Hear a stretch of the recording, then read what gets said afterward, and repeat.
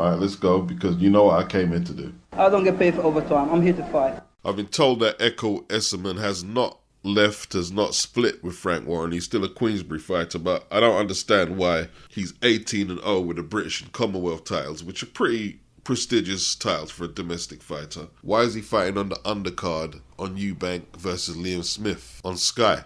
Is Frank struggling with fight dates over there on Queensberry? Or was he just cozy with Ben Shalom and they work something out? It doesn't matter. It's a good fight anyway. It's a good fight. When I get time, I'll try and break it down in more detail. I guess Frank's just doing what he has to do. This is actually one of Echo's biggest fights, even though he's 18-0. So if you have to send him over to the opposition, then you do what you've got to do. I mean, Echo's pushing on. He's 33. So if he's going to advance any further than domestic level, Frank's got to do what he's got to do. And this is what they're doing. KONGO, he's 30 himself. He's only lost once to Michael McKinson. He might be slightly the bigger puncher out of the two. Echo might be a little quicker and busier.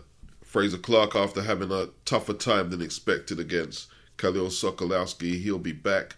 They might dip him down a level from Sokolowski, get his confidence back, maybe get a knockout. Fraser won a bronze medal at the last Olympics at super heavy, 4-0 currently. All right, let's look at the whole card. You've got Riakporhe versus Glowacki. That looks like the chief support. Fraser Clark has mentioned ESSUMAN versus KONGO. And Joseph Parker versus Jack Massey. Pay-per-view worthy, in your opinion? So Frank Warren signs Moses Itauma, an 18-year-old super heavyweight prospect, 6'5", southpaw, getting a lot of praise from the likes of Joe Joyce and other people who have sparred with him. And look, him turning pro at 18 is his decision, maybe his old man's or whoever manages him. That's his decision. But you have to ask yourself, are we looking at Frank Warren repeating what we've seen with Daniel Dubois? Like, some people would theorize Daniel was pulled out of the amateur system too early to turn pro. And after watching him last time out against Lorena, seeing him quit against Joe Joyce, hasn't really beat any top 10 opposition in his career. You have to ask, is he really progressing as a pro, as he should be or could be? Daniel had a lot of people hyping him up to be the next thing, and them voices are not as loud as they used to be. I don't know what happened to the World Series of Boxing, but the amateurs, the World Series of Boxing, are good development grounds for boxers. And it kind of erases boxers turning pro, especially if they're really young, and their grade of opposition really regresses in the pro from what they're fighting in the amateurs. You know, would it be best to keep the likes of a Moses or a Daniel in competitive tournaments, the English Boxing National Amateur Championships, Commonwealth Games, Europeans and Olympics? And let's say the next Olympic cycle is 2026. This kid is only 22 by 2026, and you can develop a heavyweight a little slower than the other weight classes. Turning pro at 22 for a heavyweight is a good age. He's only had 24 amateur fights. In my opinion, it may have been more beneficial to season him up in the amateurs for 4 more years. Or maybe even another 2 years. The World Championships might be coming up or something like that. Try and win that and then turn pro. But Frank Warren wants to show everybody that he can still pick up the top prospects. He specializes in pro boxing. He's not trying to develop an Olympic prospect. He'll wait until someone perhaps wins the Olympics then try and sign him. But he's not trying to develop that Olympic prospect. It is what it is. He could sponsor him for that period there, but unless he's got an ironclad contract that he stays with him, he could be just throwing money down the drain. You know, by the time Moses turns pro, he might go somewhere else. That's what Oscar De La Hoya did to Shelley Finkel. Oscar competed in the 1992 Olympics and won. And Shelley paid for a lot of his expenses. Oscar, his mum had cancer at the time. Shelley paid for a lot of her treatments, eventually paid for her funeral. And Oscar ended up going up with top rank with Bob Arum. Andrade is fighting an opponent. Let's look at his record. Demond Nicholson. 26-4-1. He's been knocked out twice already. Lost to Edgar Berlanga. Jesse Hart knocked him out. Steve Rolls outpointed him. And someone named Lekan Byfield knocked him out as well. Before that, Andrade fought Jason Quigley. No disrespect. Jason just not all that. Liam Williams was his mandatory before Quigley. Decent domestic opponent with a little bit of power. Andrade won the fight clearly. He was hurt a couple of times. A lot of people wasn't particularly impressed. Luke Keeler before that is not a well beater.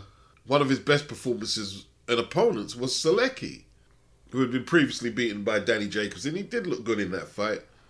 Andrade is currently on a fight-by-fight agreement with the PBC. That's what he says. So the scathing attack on John Ryder and Canelo, just more bullshit, bro. That's just what it is. Just another easy fight. Another situation for him to go in and say, I'm fighting the best. I'm not disrespecting John Ryder. But come on, bro. He's not the best. Canelo Andrade got into it in the post-fight presser after Canelo knocked out Billy Joe Saunders. However, he says he won't be engaging in such trash talking with Alvarez moving forward. And he says, I did my thing. I did my Rocky Balboa shit where I put faces on the characters. Man, I did my thing. At the end of the day, I'm not going to sit there and rely on chasing down Canelo when Canelo don't really want it. He'd rather fight John Ryder. He says the reporters have to stop letting the situation like Canelo. I know the truth. You can't even ask Canelo questions because you won't be able to have interviews with him.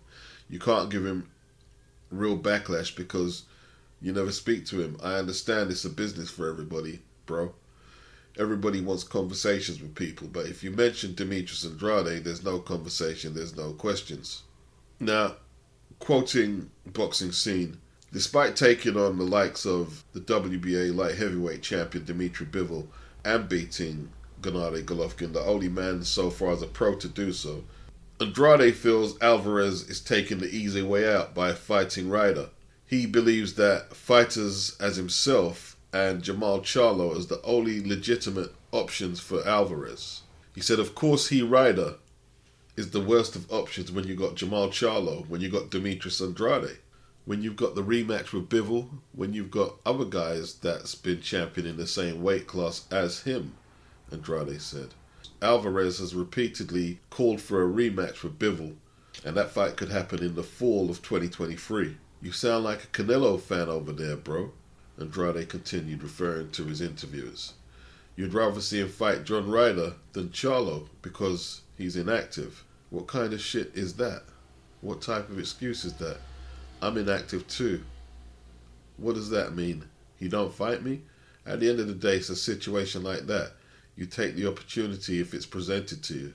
But if Canelo is not offering that, of course not, bro.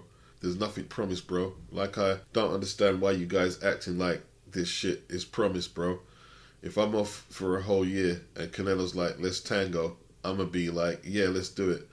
We're not talking about Canelo saying no. We're talking about Canelo not even having the words to be like, yo, let's make that happen. Talking about fighting John Ryder. Come on, bro.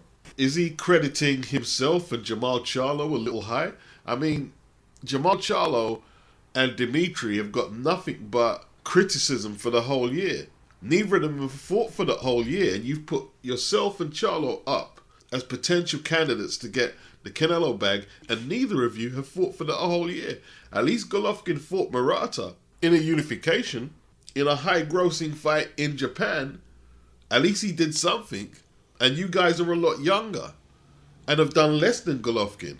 What's funny is Demetrius avoided one of the Charlos at 154. He wanted stupid money for a fight that his market worth couldn't justify. He turned down a career highest payday to fight Jamal Charlo, I've got it here, $550,000 offered to him to defend the belt against Jamal Charlo December the 13th at the MGM Grand in Las Vegas. The fight would have kicked off a free-fight contract with Showtime. Now, there was a legal situation between Joe DeGardier and Rock Nation, and Andrade rejected the Showtime deal. This led to a spell of inactivity for Andrade. He defended against Brian Rose June 2014, got stripped of that belt, that WBO 154-pound title, in August 2015, and wasn't seen in the ring until October 2015 against Dario Fabian Pacheta, a fight that no network picked up. Someone filmed it on a camera phone. I remember. Someone filmed it on a camera phone. So he's made a habit of giving up belts and missing big opportunities, and then he wants to scream down other fighters and blame everybody. So according to Demetrius, him and Jamal are the Black Murderers Row fighters of 160. We haven't heard a peep from either in 2022. Now, if Demetrius believes that everybody is avoiding him and Jamal, and if Jamal feels the same way, well, you're both on the PBC now. Why don't you fight each other? Why is Charlo walking up to Bivol with some random call-out, let's fight? On the basis of what? Demetrius pointed out he's inactive, but that doesn't mean Canelo should dodge him. He's not only inactive, he's gave up his 160-pound belt, which was one of his bargaining chips. It didn't help him get the Canelo fight and the Golovkin fight, in all truth, it didn't. And they did duck him. But lots of fighters have been ducked. But you no longer have that, and he screwed up the bag with Zach Parker. Whether he was injured or not, he screwed up the bag. Should have took the first purse, but he said he was injured. Second time he revisited that purse bid, he couldn't take the fight with what Frank was putting up. He couldn't. But the facts are, John Ryder has built some momentum in his career. As untalented as Andrade may say John is, the difference between Andrade and John Ryder is when he was offered the Zach Parker fight at 168. There was no hesitation. He actually crossed over from Matchroom to Queensbury to get the fight. There was no hesitation. The difference between Demetrius and John Ryder is John Ryder has fought tougher opposition. He lost a close decision to Callum Smith, which a lot of people think he won, including myself. That was only in 2019. I look at Andrade's resume, I don't see no Danny Jacobs, I don't see Callum Smith, I don't see a Billy Joe Saunders. And yeah, Billy Joe Saunders screwed up the Andrade fight, so Andrade was going to take him on. Billy, with his nasal congestion spray and whatnot, messed up the bag. John Ryder's also lost to Jack Arnfield and Rocky Fielding. But we're talking about current form. That's what counts. We're talking about current form. And John Ryder is ahead of Demetrius Andrade right now in the 168-pound stakes. And there's no way John Ryder wouldn't fight Johnny Beck to keep his world title belt that he earned in the ring. There's just no way it would happen. I believe John has lost 1 in his last 9. That one loss being the controversial one to Callum Smith. He beat the guy who Andrade was supposed to fight for the 168-pound title. He stopped Zach Parker. First man to beat him. He has more relevant wins at 168 than Demetrius Andrade does. We're not talking about if you think Andrade is more talented than John Ryder. That's a different debate. We're talking about people who are utilizing what they have and making the best of it. And John Ryder has made more of his talent throughout his career than Andrade has. Ryder beaten guys like Danny Jacobs, and I thought Danny Jacobs won the fight. But nevertheless, Ryder got the decision. These are good wins. And then go on to beat Zach Parker, the undefeated Zach Parker, for the interim belt. That's a way better year than what Andrade has had. A way better. And if we're going to talk about the easy way out, wasn't avoiding Johnny Beck the easy way out and giving up the belt? You're saying Canelo's taking the easy way out? You gave up 2 title opportunities. For what? To fight Daniel Nicholson on the undercard of Tank versus Hector Garcia? Just bear in mind, he's 34 years of age, the same age as John Ryder, but John Ryder's fought the better opposition throughout his career. And whether that's because people are dodging Andrade, which is very true in a few instances, but it's still no excuse for the 2022 he had. It's still no excuse. Let's not pretend that Andrade hasn't dodged people as well. All this turning his nose up, oh, I'm not fighting Johnny Beck, he doesn't deserve to be in the ring with me, or Zach Parker, and John Ryder's no good. Well, he should have no issue walking through them if they're as poor as what he's saying. I think Demetrius is a little frustrated because for whatever reason he didn't take the Johnny Beck or the Zach Parker fight. We went on to see 2 British fighters take on the fights that Demetrius didn't take. And we saw a Bentley not taking Johnny Beck's but he took away his boogeyman status, and he's getting credit for that. And then we saw John Ryder take on Zach Parker, unbeaten Zach Parker, overcome a sluggish start, break Zach down to the body, and Zach quit.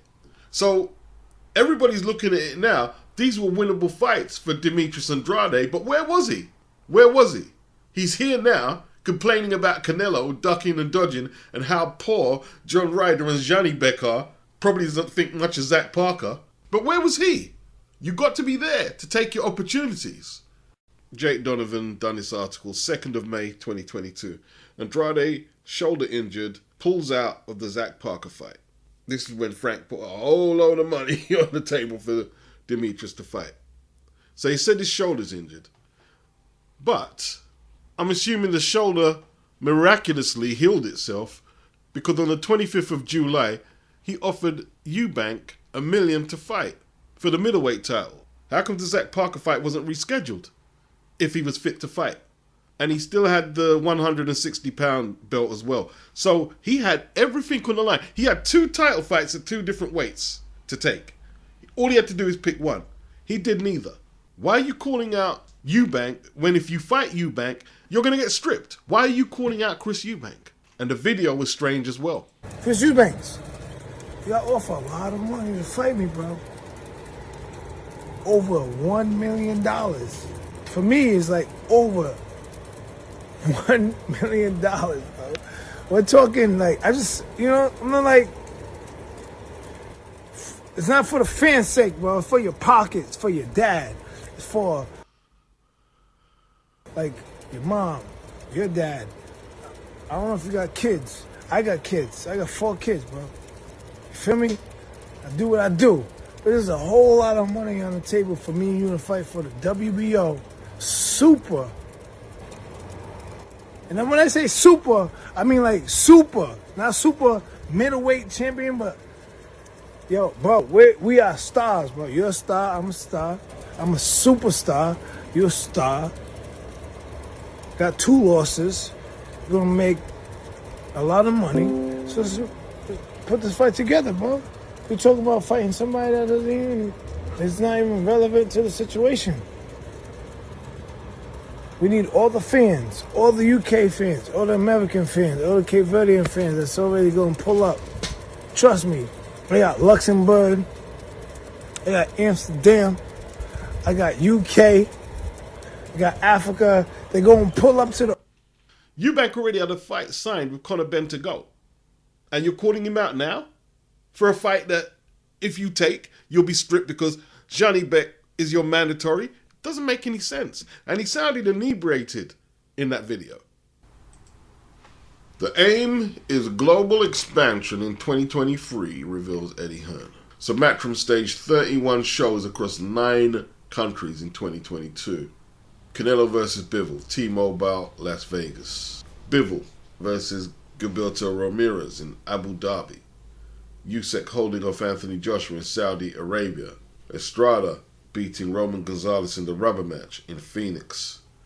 Katie Taylor versus Serrano, sold out MSG in New York. Lee Wood brutally knocking out Michael Conlan in Nottingham. He said he was actually hoping for 40 shows. He was a little disappointed. Here's some of the fights he wants to make this year. Canelo versus Bivol 2. Canelo versus John Ryder. Deontay Wilder versus Dillian White. I don't think there's no demand for that fight no more. Now, Deontay doesn't have a belt and White is no longer the #1 contender. The fight we want to see is Deontay versus Anthony Joshua. Don't give Dillian Anthony's fight. Don't do that. 1 Francisco Estrada versus Roman Gonzalez 4. A 4th fight in 2023? All 3 fights have been good, so perhaps. Taylor versus Serrano 2, a distinct possibility now. Serrano has signed a 2-fight deal with Matchroom. Lee Wood versus Conlan 2. Julio Cesar Martinez versus Sonny Edwards. That's a good one.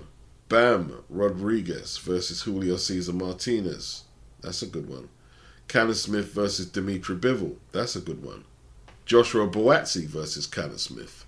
Felix Cash versus Austin Williams. Joe Cordina versus Shavkat Rakhimov for the belt that Joe shouldn't have been stripped of. The IBF Super Featherweight title. Some good fights there. Dillian versus Franklin. The rematch. That's the fight that's makeable. People want to see that. It'd be a bigger fight than last time out. If Dillian can get a stoppage, it's a good look for him. It will show progress.